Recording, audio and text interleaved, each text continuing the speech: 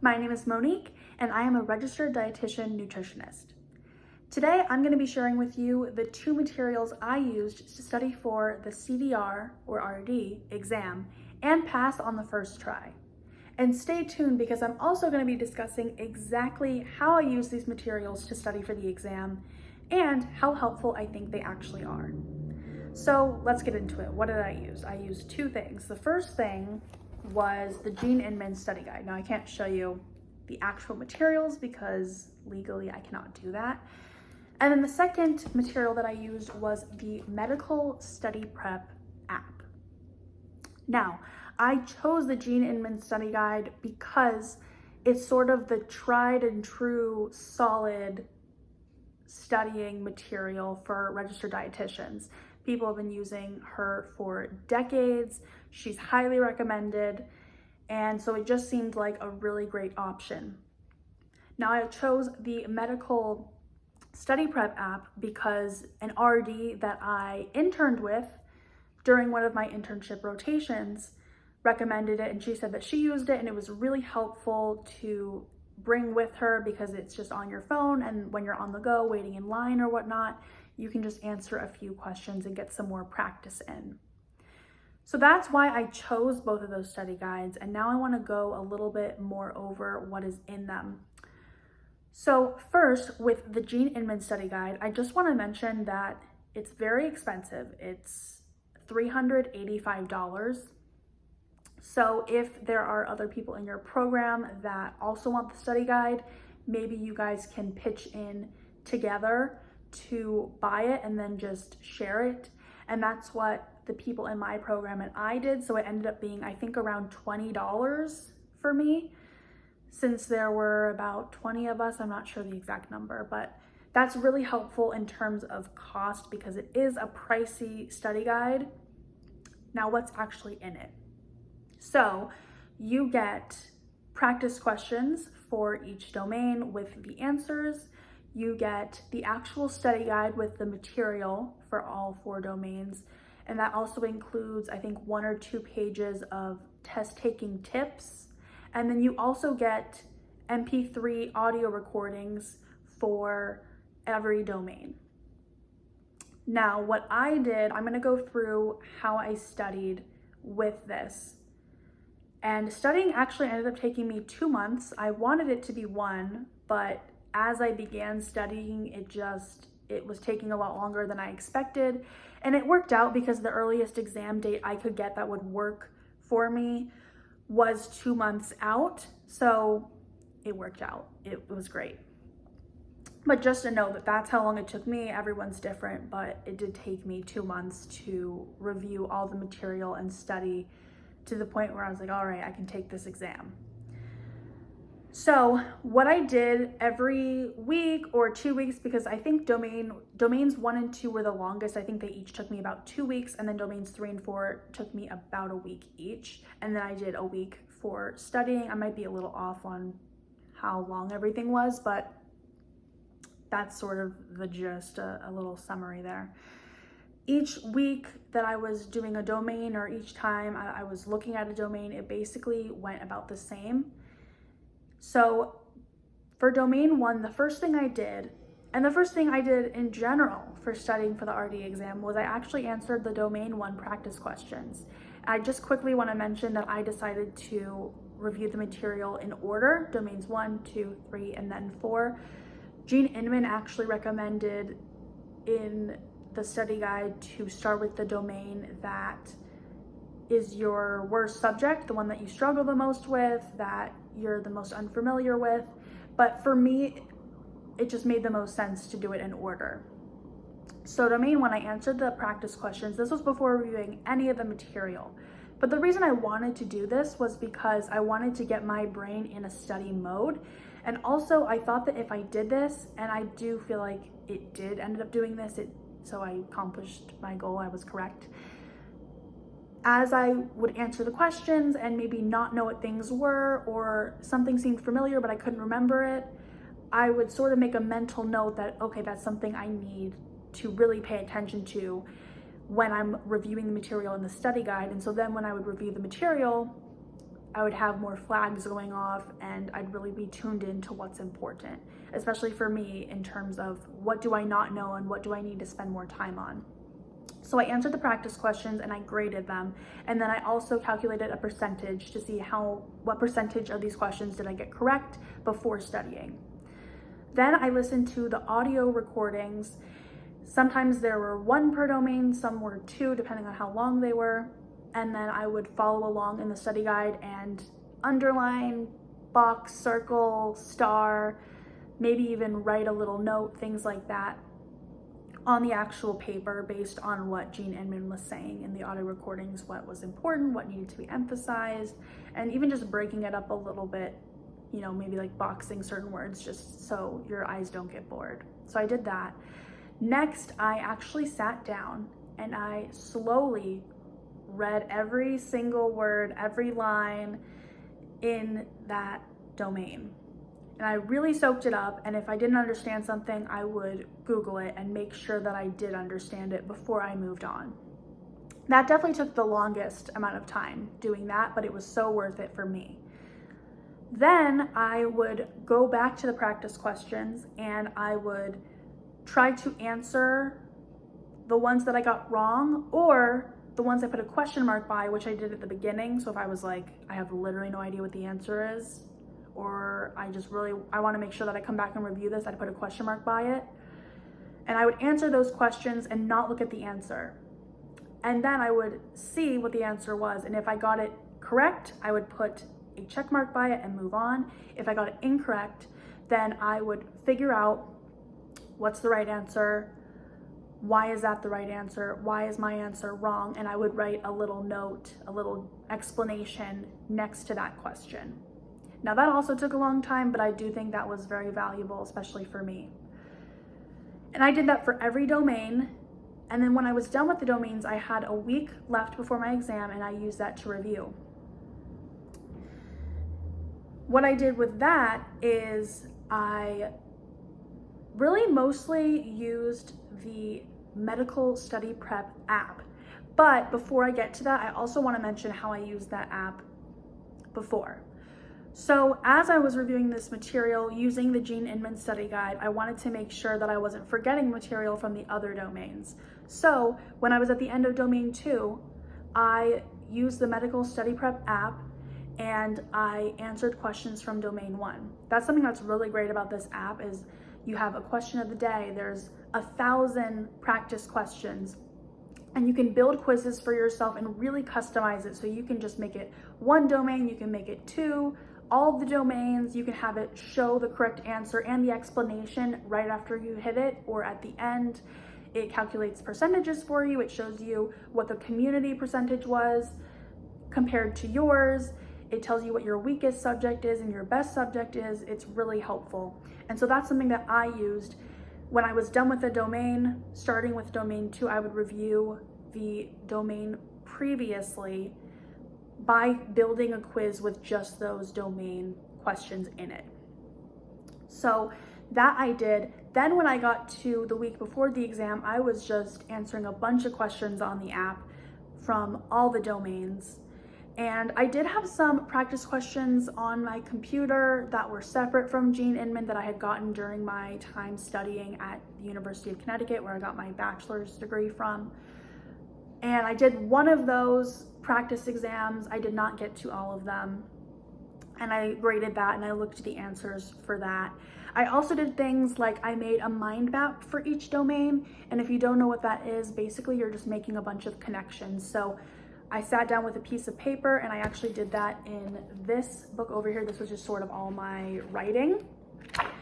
And I would write domain 1, circle it. And then whatever came to mind, I'd draw a line, draw a circle around whatever I was thinking of. And then I would just keep making connections and keep drawing lines. And sometimes I would get to things and I couldn't totally remember if it was this or that. So that was a great way to practice recalling information and then look back at the study guide and make sure that I was remembering it correctly, or, oh, I can't remember, so let me check on that and then write it here. So that was a great tool. Something that I have been doing for years that I love and I did do on this, and it's especially helpful when you have an exam that is really difficult, the material is really difficult, the questions are difficult, whatever it may be, or you just have a lot of material. So what I did is I created a quote unquote cheat sheet. And I always approach this with the mindset of, okay, if I was allowed a cheat sheet on this exam, an index card, in this case, because there was so much material, it was like a sheet of paper, which ended up being 7 one-sided sheets of paper. But if I could bring a piece of paper and an index card in, what would I put on it? And so actually the day before the exam, I was nervous that I wasn't remembering a lot from domain 1 or maybe even domain 2 that I had started with so long ago. So I actually took the day before to review everything. I went to the Gene Inman study guide and I read it quickly, and then I would write down things that I knew were important that maybe I was having a hard time remembering. And so that's what I put on my quote unquote cheat sheet. Then then when I was done with that the day before the exam, I looked on my medical study prep app and I wanted to answer some questions because I hadn't answered any questions that day and I'd been answering so many questions and I just wanted to make sure that I was ready, but I was so tired. So I just made my quiz 4 questions for all the domains and I literally got 1 out of 4 correct. And I was like, oh no. But I knew that if I just answered a ton of questions, I was gonna be tiring myself out. And I was really just gonna be psyching myself out because at this point, it's like, I either know the material and I'm gonna pass, or I don't know the material and I'm not gonna pass. And I have to just deal with whatever the outcome is. The day of the exam, I actually brought both of these things. The binder has the Gene Inman study guide and no, not the practice questions because those I have in a PDF on my computer. And then this book, which has my quote unquote cheat sheets in it. And all I did was I reviewed the cheat sheet pages in my car before I went in, and that was it. I didn't get to review any other material. I didn't do any practice questions. I just reviewed the little cheat sheet material, and I did find that I remembered that material better. And I think that was because I wrote it down and really singled it out. Now, if you're wondering what my experience was like taking the exam, you want a little story time, I do have a video on that, so I will link it below, or you can go to my YouTube channel and go to my RD exam playlist and you will find it there. So that's how I used those materials. I actually want to discuss now how helpful I think that they were, starting with Gene Inman. Now, I would recommend Gene Inman. I felt like the actual study guide with all of the words, all of the information about the domains was the most helpful. And for me, just sitting down and slowly reading and Googling and just making sure that I understand and soak in this material was the most helpful thing for me. I'm not sure how helpful the audio recordings were for me. It's hard for me to pay attention to just talking if I don't see something in front of me. So luckily I was following along with my study guide and I was able to pay attention, but Gene Inman talks so fast. So I didn't really feel like I could learn anything. I was just like, okay, what is she emphasizing here? So I do think listening to the audio recordings are great if you learn really well like that, and also just to see what does she emphasize. As for the test taking tips, they're great. There's not anything like super detailed about them, but I think there's even a lot of mindset tips, which sometimes we forget about when we're just so focused on the material, but I think it's great that she has that in there. And lastly, the practice questions. I think the practice questions are really helpful in terms of seeing what you know. There's not a ton of application comprehension, or at least I just felt like the questions were mostly helpful for what are the facts that I know and do I really understand these concepts. Whereas the exam, as said in the CDR or whatever it is, handbook for the exam. The exam questions are mostly, or maybe completely, application and comprehension questions. And I didn't feel like the Gene Inman questions were mostly application. I think it was mostly, do I know this fact? Do I understand this thing that happens in the body, or this disease, or what happens in this situation? And I do think that that is helpful, because if you don't understand that, then how can you apply the knowledge that you don't have? So I do recommend the Gene Inman study guide. It is expensive, but I think that it is worth it, and I would use it again if I were to take the exam again, which I don't have to, but do recommend. Now, the medical study prep app. I'm actually going to go into this app and put up pictures and do a little voiceover to talk about it more. But I just remembered something. I wanted to share the scores that I got on my practice exams from the Gene Inman study guide, just to sort of give you an idea, because I did pass the first time, but the scores weren't necessarily like 100% or anything. So if listening to my scores, numbers, if that's triggering for you, if it's going to trigger you to maybe become more anxiety-induced about this exam or compare yourself to me, then maybe just skip ahead.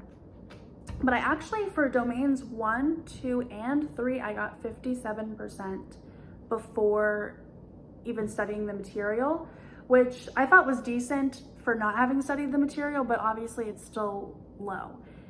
And hey, I passed the exam on my first try, so clearly it was okay. And then for domain 4, before studying, I got 49%. So that's just to be helpful. Take it or leave it. Now I'm going to move into the study prep app. And here's that voiceover.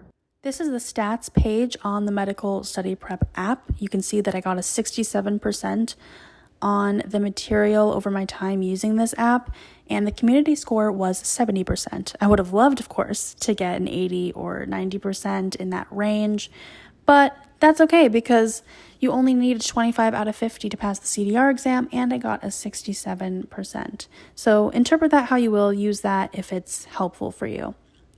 Below in the basic study progress box, you can see that this app has 1,000 questions, and I answered 578, but I never got to 422. Now I scroll down and you can see the breakdown of my scores on the different subjects. So actually my best subject was domain 1, Principles of Dietetics, then domain 4, Food Service Systems, then domain 2, Nutrition Care for Individuals and Groups, and lastly, domain 3, Management of Food and Nutrition Programs and Services. Now, this is interesting because obviously I can see what my strongest subject is and my weakest subject, but also the scores aren't necessarily 100% accurate. For example, I would say that food service is the hardest for me, so domains 3 and 4, and actually domain 2 was number 2 on the subject breakdown, so it was my second best subject. But then at the last minute, food service systems took over second place. And when I looked at the breakdown of my score after I passed the exam, I was really equal on all the domains. So that's just something to keep in mind. So as you saw in the app, I'm not really sure how reflective the percentages are that you get on the quizzes to the percentages that you'll get on the exam. So don't take it too seriously.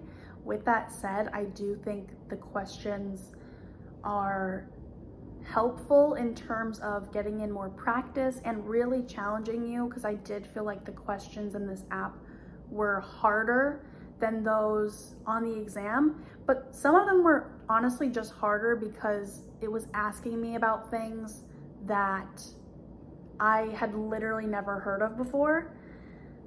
And so I think on those questions, like, don't freak out.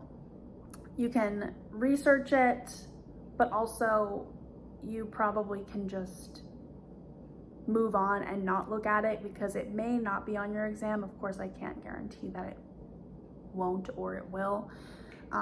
But in my situation, I didn't find that anything that they asked me about that I didn't know about was on my exam. So I think don't freak out about it. I did like that they had explanations for the questions. Some of the explanations weren't amazing, but most of them were really great. And the price was $15 a month, which is really affordable, especially compared to other apps that I found. And it's per month, so if you were to fail the exam, then you can pay for however many more months you need and use the app. But then if you pass, you're not like sucked into a 3-month or 5-month, 6-month, whatever subscription. Another material that I heard of that was recommended to me was the podcast Chomping Down on the RD Exam. I never got to it, and I passed. But I just wanted to mention it in case you haven't heard of it, because a lot of people have found that podcast to be helpful. So that's really all I have to say. That's how I studied for the RD exam and passed on the first try. That's exactly what I did and what I used. I hope that's helpful for you. Once again, if you want to hear more about my experience taking the exam, what the exam day was like, then you can find that video below or on my YouTube channel. Other than that, I hope you have a great rest of your day. Bye.